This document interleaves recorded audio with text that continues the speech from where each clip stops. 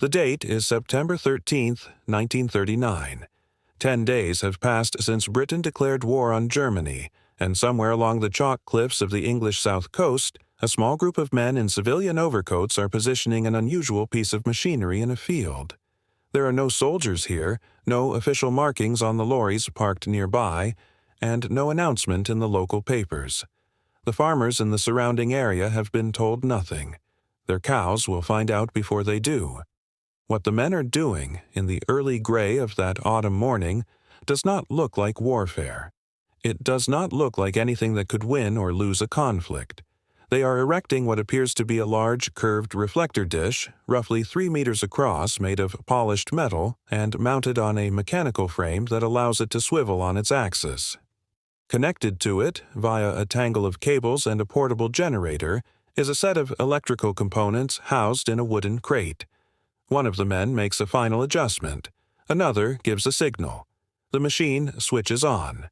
The farmers don't hear anything. That is the point. But within 40 seconds, 2 farm workers a quarter of a mile away feel suddenly, violently ill. One vomits. Both lose their sense of balance. A dog collapses. Cattle at the edge of the nearest field begin to move erratically, pressing against the fence line as though fleeing something they cannot name. The sensation passes after another 30 seconds, leaving only a deep, greasy nausea and a ringing disorientation that neither man can explain to his wife that evening. They have just become the first unwitting test subjects of a British program to develop an acoustic weapon, a device that could project infrasound, sound pitched so far below the threshold of human hearing that the body experiences it not as noise, but as a profound and inexplicable physical distress. No one has told them this is happening. No one will.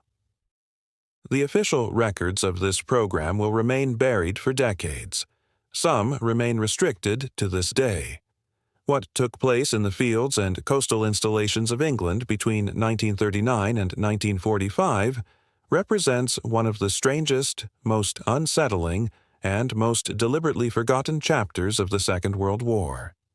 It is the story of scientists who weaponized silence itself, or rather the absence of any sound a human being can consciously register, and who came extraordinarily close to deploying it against a living, breathing enemy.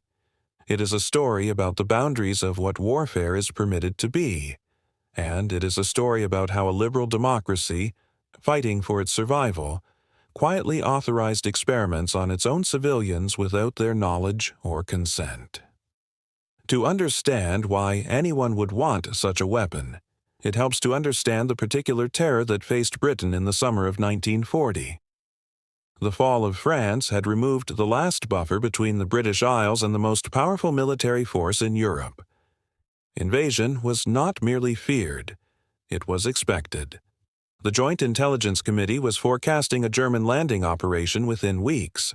The Army was re-equipping after the catastrophe of Dunkirk. The Royal Air Force was fighting for survival over the English countryside. In that climate of existential crisis, the War Office opened its doors to ideas that, in peacetime, would never have cleared a single ministerial desk. One such idea had its origins in an obscure branch of physics that most military planners had never considered relevant to combat. Infrasound, acoustic energy operating below roughly 20 Hz, the lower limit of normal human hearing, had been observed as a natural phenomenon for decades. Elephants use it to communicate across vast distances. Certain atmospheric conditions generate it. Earthquakes and volcanic eruptions produce it in extraordinary quantities. What researchers had noticed through a handful of civilian studies conducted in the 1930s was that artificially generated infrasound, at sufficient intensity, produced alarming physiological effects in human subjects. The eyeballs vibrate. The inner ear is overwhelmed. The chest cavity resonates at frequencies it was not designed to absorb. At lower intensities, the effects manifest as unease, disorientation, and nausea. At higher intensities, according to the most alarming experimental data available at the time, they could be incapacitating. The problem was that no one in Britain in 1939 had the engineering infrastructure to generate useful infrasound at military range. Natural sources produced it, but they could not be aimed, controlled, or transported. The gap between what physics suggested was possible and what technology could actually deliver was enormous. Conventional acoustic devices, loudspeakers, horns, sirens, were simply not designed to operate at those frequencies. They either couldn't produce the energy levels required, or they distributed it so broadly that the effect dissipated before reaching a useful range. The military requirement, as it was eventually articulated, was for a system that could deliver a debilitating infrasonic field to a defined target area at a range of at least 100 meters, ideally 300, in field conditions and without requiring a fixed installation. This was, in 1939, a requirement that no existing technology could meet. The question was whether British engineering could change that. The program that emerged was centered at the Acoustics Research Group, a small and deliberately obscure subdivision operating under the broader umbrella of government scientific research. Its principal figures have never been household names, and in the interests of historical accuracy, it must be acknowledged that several key personnel files remain classified or have been destroyed in the routine clearance of wartime records. What is documented is the broad technical approach they pursued, and the extraordinary ingenuity with which they pursued it. The core engineering challenge was essentially one of energy transfer. To generate infrasound at incapacitating levels required moving enormous volumes of air, but doing so at a frequency far lower than any conventional speaker could manage. The team's solution drew on an analogy with a very different kind of machine, the internal combustion engine. Rather than using electromagnetic transducers, the principle behind a conventional loudspeaker, they developed a system based on a large oscillating piston, driven by compressed gas through a modified rotary valve mechanism. The piston itself was roughly the size and shape of a dustbin lid, housed within a cylindrical chamber approximately 1.5 meters in length. The compressed gas, typically supplied from portable tanks similar to those used in industrial welding operations, drove the piston back and forth at a controlled and adjustable frequency. To focus the resulting energy, the team devised a parabolic reflector, the dish that witnesses on the South Coast saw being assembled in that September field. The principle was borrowed directly from searchlight and radar reflector design, and the mathematics were well understood. A correctly shaped parabolic surface will take acoustic energy produced at its focal point and project it as a roughly collimated beam, in the same way that a torch reflector takes the light from a bulb and throws it in a directed shaft. The reflector dishes used in the early tests were constructed from aluminum sheeting formed over wooden molds, a process carried out in a workshop space that has since been identified as being located in the Midlands, though the precise facility remains a matter of some historical debate. The assembled system, piston chamber, gas supply, reflector, and control unit, weighed approximately 400 kilograms in its initial configuration, and required a lorry and a team of 4 men to deploy. It could be operational within 20 minutes of arrival. The effective range of the early prototypes, producing infrasound at approximately 12 Hz and at an acoustic intensity the team measured in units not then standardized, was estimated at between 80 and 120 meters under calm wind conditions. Wind was, from the beginning, the project's most intractable enemy. Infrasound at these frequencies was scattered and attenuated by even moderate air movement in ways that were difficult to predict or counteract. The team spent considerable effort on baffling and directional shaping, achieving modest improvements but never fully solving the problem. If you are finding this interesting, a quick subscribe helps more than you know. By 1941, a second-generation device had been constructed. This version incorporated refinements to the valve mechanism that allowed more precise frequency tuning, a critical improvement, because the physiological effects of infrasound are strongly frequency-dependent, and the frequencies most disruptive to human vestibular function and organ resonance were not those most disruptive to, for instance, cattle. The second-generation system weighed somewhat less at approximately 320 kilograms and could be mounted on a modified trailer that reduced deployment time to under 12 minutes. Its effective range under optimal conditions was assessed at between 200 and 250 meters. Production numbers, to the extent that any were produced beyond experimental prototypes, remain unknown. Estimates from declassified budget records suggest that no more than 6 complete systems were ever constructed to operational specification, and as few as 3. Some accounts suggest a fixed installation was trialed at a coastal location in Kent, but documentary evidence for this is fragmentary at best. The operational use of the infrasound system, if it can be called operational at all, was deeply constrained by its fundamental limitations. Deployment in actual combat scenarios required not only that the device function as intended, but that it function in conditions that the engineering could simply not guarantee. The system was tested in open fields on the English coast on at least a dozen documented occasions between 1939 and 1943, with test subjects who were, in the most troubling cases, civilian workers in the surrounding area who had not been informed of the experiments taking place. The accounts that survive, largely through the testimony of local residents collected by researchers decades later, describe episodes of sudden, severe nausea, visual disturbance described as a kind of pulsing or swimming of the visual field, and an intense, sourceless anxiety that one witness compared to the feeling of standing too close to the edge of a very high place. These effects were transient, lasting typically between 30 seconds and 3 minutes after the device was deactivated. No long-term physical harm was established in any documented case. Whether this reflects genuine safety or simply a failure to conduct adequate follow-up is a question that cannot now be answered with confidence. The most significant field test on record took place in late 1942 at a location in rural Somerset, where a larger-scale trial was conducted with military observers present.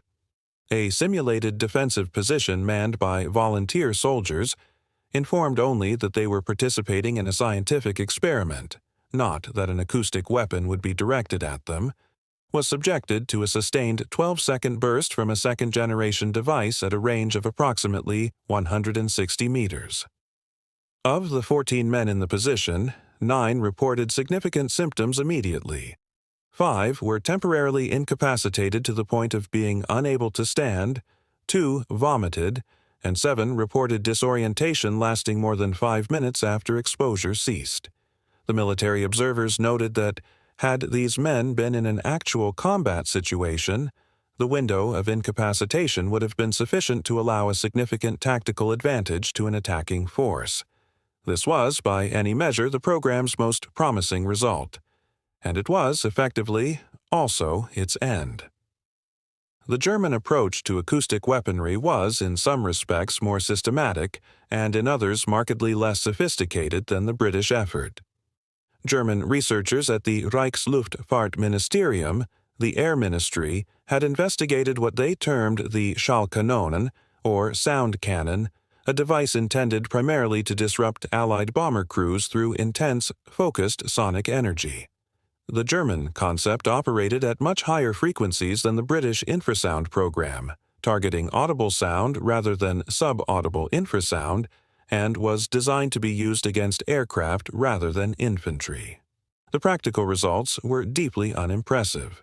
High-frequency acoustic energy dissipates rapidly with distance and is easily blocked by the structure of an aircraft fuselage. The Schallkanon tests produced discomfort in subjects at close range, but nothing approaching incapacitation at militarily useful distances. Several prototypes were constructed at facilities in Bavaria and Thuringia, and at least one was tested at the Luftwaffe, proving grounds at Rechlin, but the program appears to have been effectively abandoned by 1944 as resources were directed elsewhere.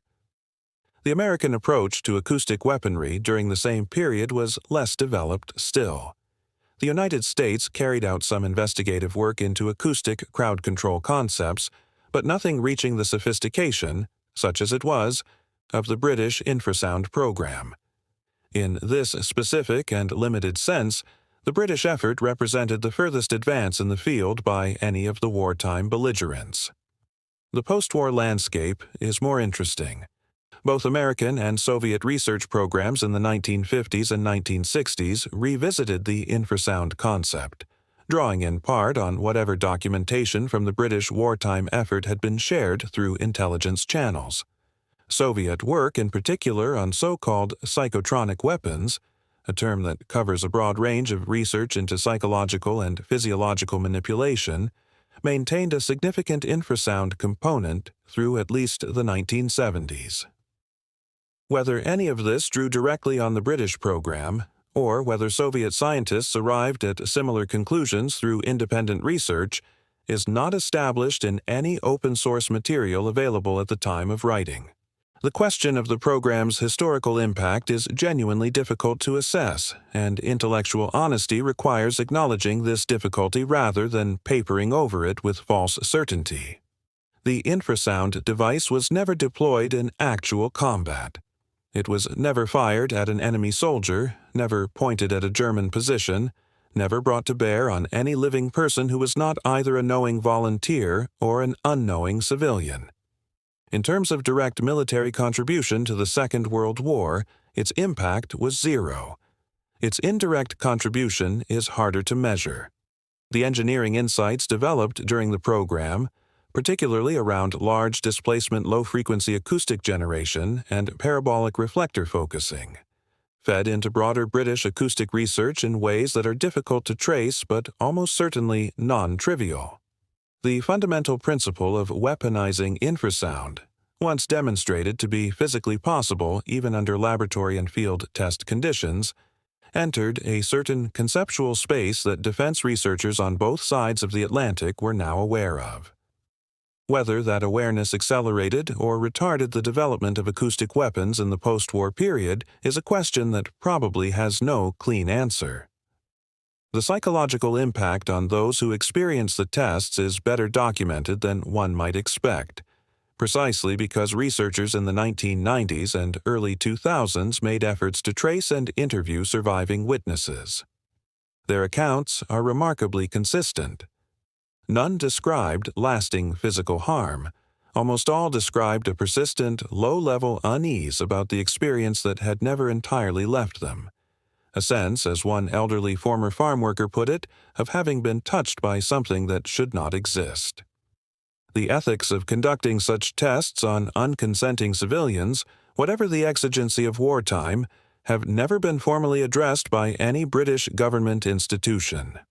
As for surviving hardware, no complete operational device from the program is known to exist in any museum collection.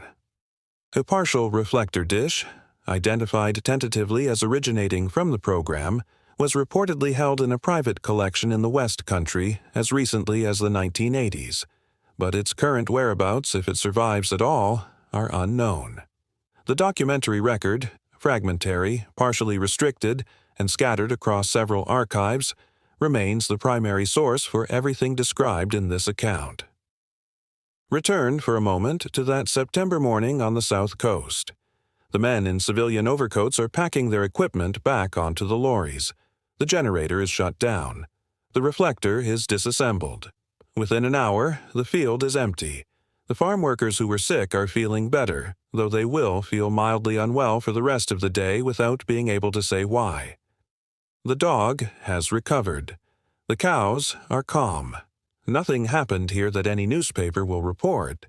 Nothing will appear in any public record for at least 50 years. The men in the overcoats will drive away and return to a facility whose name will not appear in this account because it has not been conclusively identified. They will write up their results in a document that will be filed, classified, and eventually either destroyed or buried in a repository that has still not released all of its holdings. And the farmers will go back to their work, troubled by something they experienced but cannot describe, victims of something they never knew existed. That is the particular character of this story. It is not a story about a weapon that won battles. It is not a story about a decisive technological advantage or a strategic masterstroke. It is a story about a threshold that was crossed, the threshold between warfare as something that happens between combatants and warfare as something that happens to everyone, including people who do not know a war is being conducted anywhere near them. The British infrasound program crossed that threshold in 1939 in a field without fanfare or announcement, and the people on the other side of it had no idea they had been placed there. What the program ultimately demonstrated was not that infrasound could stop an army. The engineering was never quite equal to that ambition. What it demonstrated was something subtler and in some ways more unsettling, that the scientific and institutional capacity to try existed, that the ethical frameworks to prevent it did not, and that a state under sufficient pressure would reach for any tool that its scientists told it might work, regardless of who stood in the way. The sound you cannot hear can still do damage. That was the lesson. Britain learned it first.